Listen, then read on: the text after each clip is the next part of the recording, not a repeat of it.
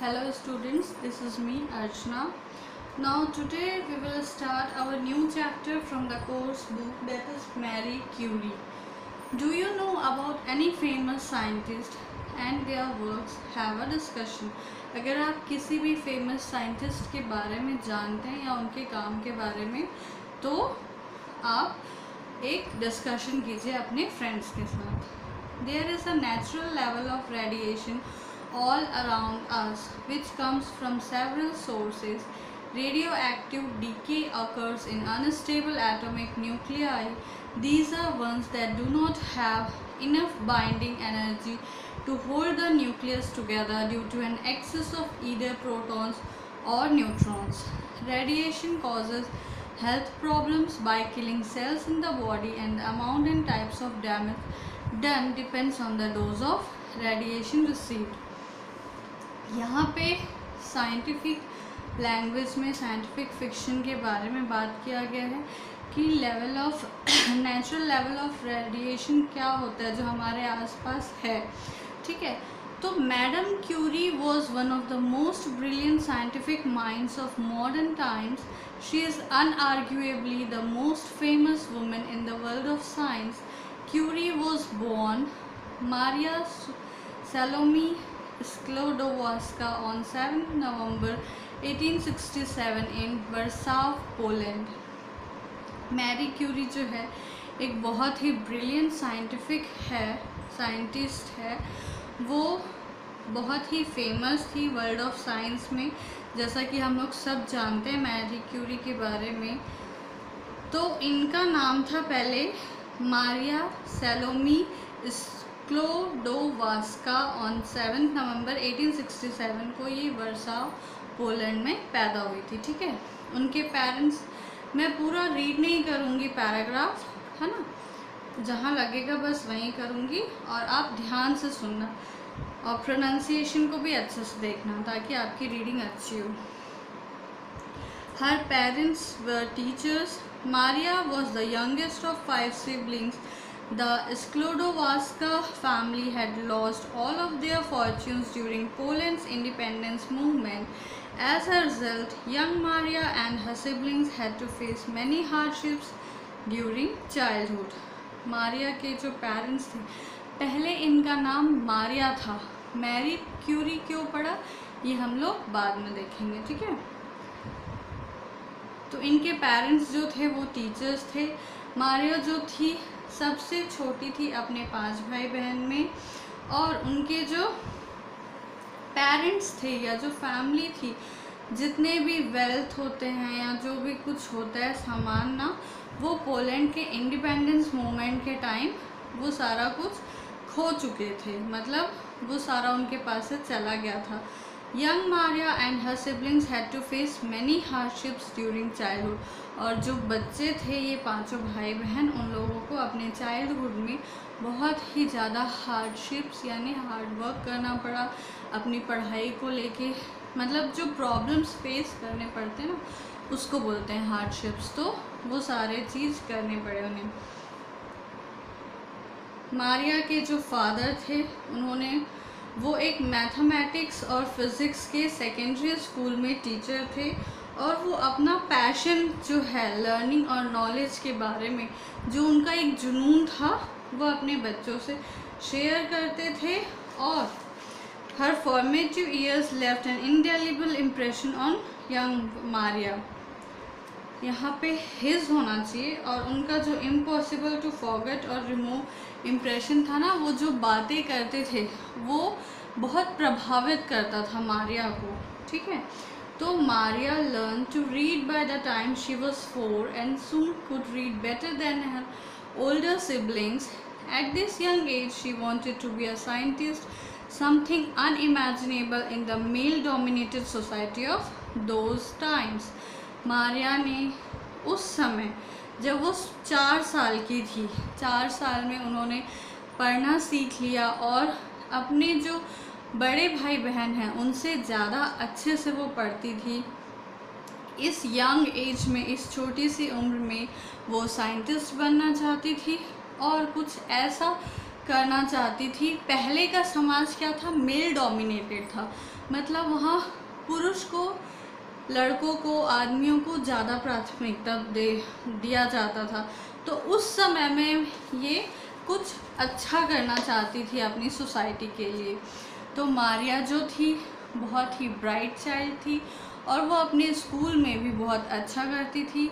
Unfortunately उस समय Poland में क्या हुआ कि वुमेन्स को जो है अलाउ नहीं था यूनिवर्सिटी जाना, इसीलिए मारिया डिसाइड करती है कि वो पोलैंड को छोड़ देंगी और कहीं अब्रॉड जाके अपने हायर स्टडीज़ को करेंगी।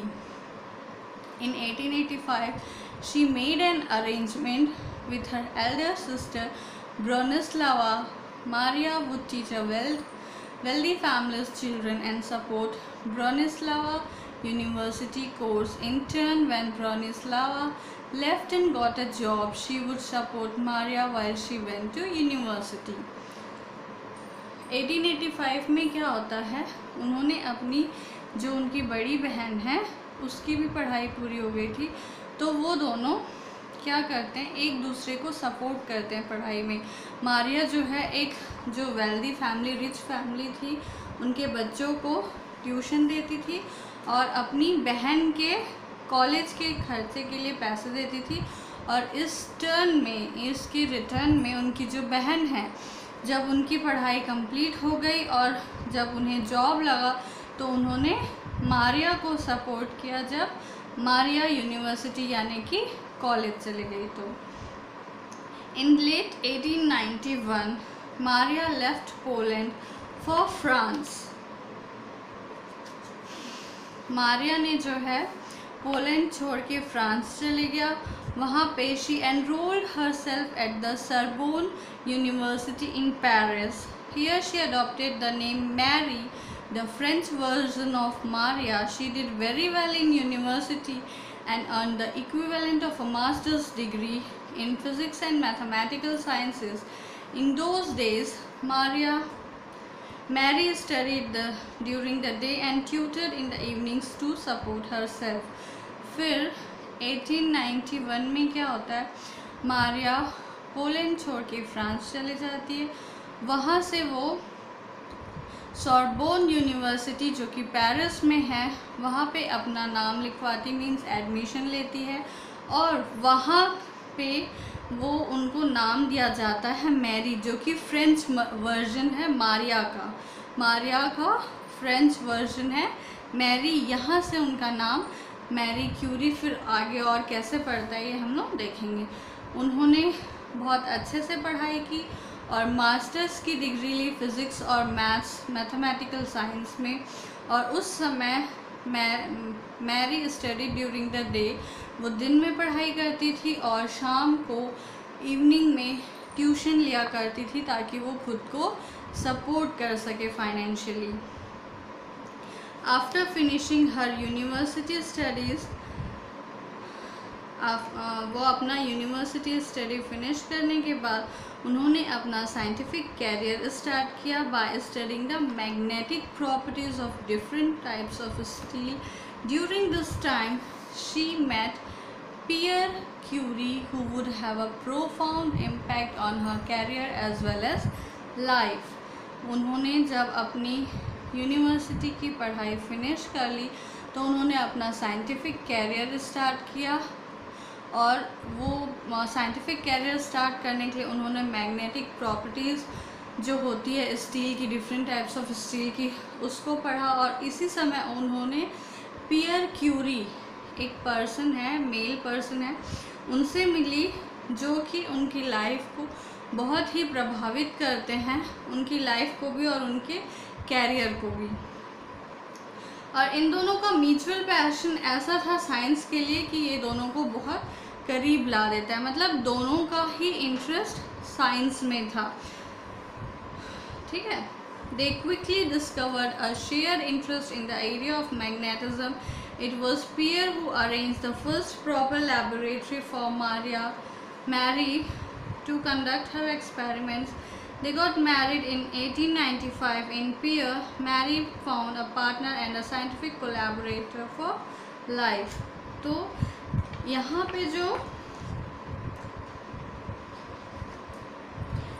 पे जो उनका पैशन था साइंस के लिए, वो एक दूसरे को करीब लाता है और वो बहुत जल्दी ही मैग्नेटिज्म के एरिया में बहुत ही जल्दी कुछ डिस्कवर करते हैं। और ये पीयर होते हैं, वो पर्सन ही होते हैं, पीयर जो है ना उनके फ्रेंड, जो पहला लैबोरेटरी मैरी के लिए कंडक्ट करते हैं ताकि वो अपने एक्सपेरिमेंट्स को कर सके। और वो दोनों 1895 में शादी कर लेते हैं। और पियर जो है पियर क्यूरी जो है उनमें मैरी अपना पार्टनर देखती है और एक साइंटिफिक कोलैबोरेटर भी, जो आगे उनकी साइंटिफिक कैरियर को सपोर्ट करेंगे। Early in her scientific career, Mary became fascinated by the work of Henri Becquerel, a French physicist who discovered that uranium emits rays like the X-rays discovered by Wilhelm Conrad Roentgen। फिर अपने scientific career में Mary जो है बहुत ही ज़्यादा प्रभावित होती किसके काम से? हेनरी बैकरेल के काम से। अब वो साइंटिस्ट बन चुकी है और बहुत प्रकार के एक्सपेरिमेंट्स करती हैं, तो उनके साथ बहुत सारे साइंटिस्ट भी रहते हैं। तो उसमें से एक है हेनरी बैकरेल, जो कि एक फ्रेंच फिजिस्ट है जिन्होंने यूरेनियम को बनाया और एक्सरे के लिए जो रेस होती हैं उसको यूरेनियम को बनाया। और उन्हीं के जैसे एक और विल्हेम कॉनरेड रोएंटन साइंटिस्ट है जिन्होंने एक्सरे को डिस्कवर किया। मैरी जो है took Becquerel's work a few steps further, जो उन्होंने यूरेनियम का डिस्कवर किया था ना, जो फ्रेंच फिजिस्ट थे हेनरी बैकरेल, उनके काम को वो आगे लेके जाती है और खुद से ही एक्सपेरिमेंट्स को कंडक्ट करती है। फिर वो ये डिस्कवर करती है कि जो रे है वो अपनी जगह पे ही रहते हैं, उससे उनके कंडीशन में कोई डिफरेंस नहीं आता है, और यूरेनियम के फॉर्म में भी। क्यूरी ये थियोराइज करती है कि जो रेडियो एक्टिविटी है वो was an atomic rather than a chemical property, वो केमिकल प्रॉपर्टी से ज़्यादा एक एटॉमिक प्रॉपर्टी रखता है जो रेडियो एक्टिव है। और ये जो रिवॉल्यूशनरी आइडिया है created in the field of atomic physics, and Curie herself coined the word radioactivity to describe the phenomenon। और ऐसा एक्सपेरिमेंट में करते करते जो है उन्होंने एक वर्ड निकाला रेडियो एक्टिविटी, जो कि पूरे रेडियो एक्टिव रेज को डिस्क्राइब करता है। Soon after Mary's phenomenal discovery, Pierre put aside his own work to help her with her exploration of radioactivity। तो जैसे ही मैरी ने ये फिनोमिनल डिस्कवरी किया, पियर जो है वो खुद भी एक साइंटिस्ट थे, वो अपना भी काम करते थे, तो उन्होंने अपने काम को साइड में रख के ये डिसाइड किया कि वो मैरी को सपोर्ट करेंगे और उनकी एक्सप्लोरेशन में, उनके इन्वेंशंस में उनकी और ज़्यादा मदद करेंगे। Working with the mineral pitch blende, the pair discovered a new radioactive element in 1898। और ये जो दोनों पेयर है, मीन्स जो हस्बैंड वाइफ है मैरी क्यूरी और पियर क्यूरी, उन्होंने एक नया रेडियो एक्टिव एलिमेंट 1898 में डिस्कवर किया और उन्होंने उसे नाम दिया polonium, after Marie's native Poland. Polonium नाम इसलिए दिया क्योंकि मैरी जो है पहले पोलैंड में रहती थी, इसीलिए। ठीक है। They also detected the presence of another radio active material in the pitch blend and called it radium. और एक और उन्होंने रेडियो एक्टिव मटेरियल को डिटेक्ट किया जिसे उन्होंने रेडियम का नाम दिया। 1902 में क्यूरी जो है अनाउंस करती है कि उन्होंने डेसीग्राम ऑफ प्योर रेडियम को प्रोड्यूस किया है और इसका एग्जिस्टेंस जो है एक यूनिक केमिकल एलिमेंट के रूप में होता है, कि हाँ वो एक यूनिक केमिकल एलिमेंट है प्योर रेडियम। ठीक है। Next Marie Curie made history, उन्होंने एक इतिहास रचा। 1903 में वो पहली ऐसी महिला बनी जिन्हें नोबेल प्राइज़ मिला फिज़िक्स में। She won the prestigious honour alongside her husband and Henry Becquerel for their work on radioactivity। उस समय क्या है, औरतों को सिर्फ नहीं किसी चीज़ से प्राइज़ दिया जाता था या उनका नाम नहीं लिया जाता था, क्योंकि वो मेल डोमिनेटिंग सोसाइटी थी, ठीक है। तो उनका नाम हमेशा उनके हस्बैंड और उनके जो को वर्कर है हेनरी बैकरेल, जो फ्रेंच फिजिस्ट है, मैंने बताया, जो उनके साइंटिस्ट साथी थे, उनके साथ हमेशा उन्हें ऑनर किया जाता था, मीन्स इज्जत दी जाती थी, प्राइज़ दिया जाता था। और with their Nobel Prize win, the Curies developed an international reputation for their scientific efforts. They used the much needed prize money to improve their research facilities। तो फिर क्या होता है, जब ऐसे उन्हें प्राइजेस मिलते हैं उनके काम के लिए, तो क्यूरी ने इंटरनेशनल रेपुटेशन, उनका एक इंटरनेशनल रुतबा डेवलप हो गया था। और वो क्या करती थी, उनका जितना भी प्राइज़ मनी होता था वो उसे अपने रिसर्च वर्क को इम्प्रूव करने में, फैसिलिटेट करने में लगा देती थी। और उनकी जो सबसे बड़ी डिस्कवरी थी वो एक डिसीज़ है, ट्यूमर, उसको लेके था, जिससे वो बहुत ही जल्दी रेडियम से पता करके डिस्ट्रॉय करने में, वो जो ट्यूमर सेल्स है डिस्ट्रॉय करने में मदद करता था, ठीक है। मैरी क्यूरी ने रेडियम बनाया जिससे कि ट्यूमर सेल्स को डिस्ट्रॉय किया जाता था। This formed the foundation of how cancer was to be treated in the future. This discovery is perhaps Marie's biggest gift to humankind. और ये जो फाउंडेशन था, ये जो बेस था, इससे बाद में और डिस्कवर किया गया कि हाँ, हम फ्यूचर में कैंसर को कैसे ट्रीट कर सकते हैं। और ये जो मैरी क्यूरी का डिस्कवरी था, ये हमारे ह्यूमन काइंड के लिए, इंसानियत के लिए बहुत ही बड़ा गिफ्ट था। Most of Marie Curie's greatest achievement were developed alongside her husband. और बहुत सारे जो इनकी डिस्कवरीज या अचीवमेंट्स हैं वो उनके हस्बैंड के सपोर्ट से ही होता है। और ये जो कपल है, मैरी क्यूरी और पियर क्यूरी, जो हस्बैंड वाइफ हैं, उनको 2 बेटियां होती है, Irene Joliot Curie and Eve Curie. उनकी बेटियों का नाम है Irene Joliot Curie and Eve Curie, जो कि बाद में वो दोनों डॉटर्स भी अपने कैरियर में बहुत ही ज़्यादा सक्सेसफुल होती है। और sadly disaster struck in 1906 when Pierre Curie was run over by a horse-drawn carriage and died। और एक डिज़ास्टर आता है जिसमें 1906 में उनके हस्बैंड का एक एक्सीडेंट में, हॉर्स ड्रॉन कैरियज जो घोड़ा गाड़ी होता है, उसके मतलब दौड़ में क्या होता है, उनका डेथ हो जाता है। डिस्पाइट हर ट्रेमेंडस ग्रीफ, इतना सब कुछ होने के बाद भी उन्होंने एक टीचिंग पोस्ट जो कि सरबॉन में था, वहाँ पे उन्होंने as a first female professor उस इंस्टीट्यूट में ज्वाइन किया, ठीक है। और वो वहाँ ज़्यादा दिन तक नहीं काम कर पाई। Sorbonne build the first radium institute with 2 laboratories, one for the study of radioactivity under Marie Curie's direction and the other for biological research into the treatment of cancer।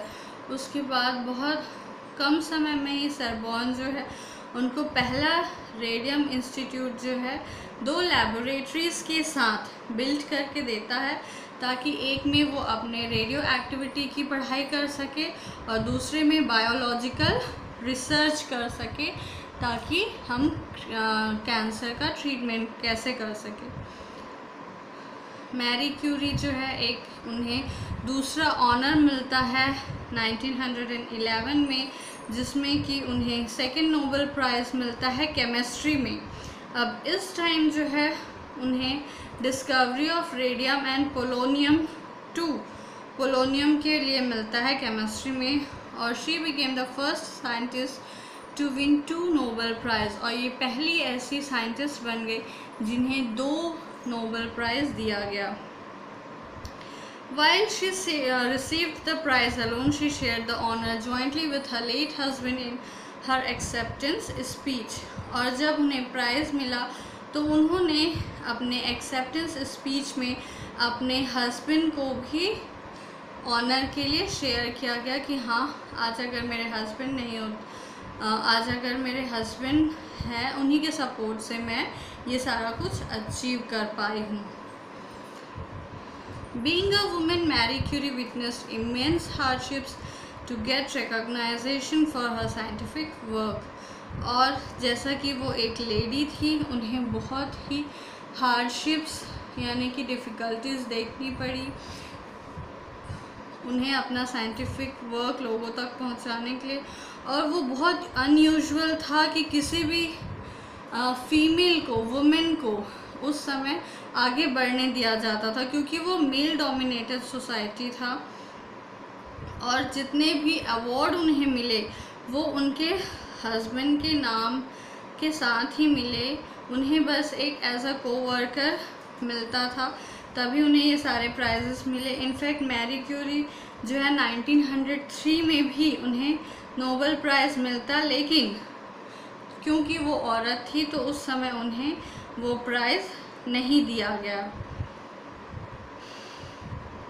It was after her husband said that he had worked together with Madame Curie that she was considered and her nomination was accepted. और हमेशा उन्हें उनके husband के पीछे ही nominate किया जाता था और कंसीडर किया जाता था, और तभी उन्हें इतने सारे प्राइजेस मिलते थे। मैरी क्यूरी जो है ह्यूमैनिटेरियन कॉजेज़ में भी इन्वॉल्व रहती थी। She donated much of her award money and pushed for the use of mobile radiography units during world war first to treat wounded soldiers. वो क्या बोलते हैं, अपने जो पैसे हैं, अवार्ड के मनी हैं, वो मोबाइल रेडियोग्राफी में जब वर्ल्ड वॉर फर्स्ट होता था तब जो सोल्जर्स थे उनके ठीक होने में, जो वुंडेड सोल्जर्स थे उनको ठीक करने में लगा देती थी। और वो चाहती थी कि जो इनका रेडियो एक्टिविटी है वो कैंसर के ट्रीटमेंट के लिए यूज़ हो, and devoted her life to finding the benefits of these new properties that she had discovered. She believed that science should be used for the greater good of the humanity.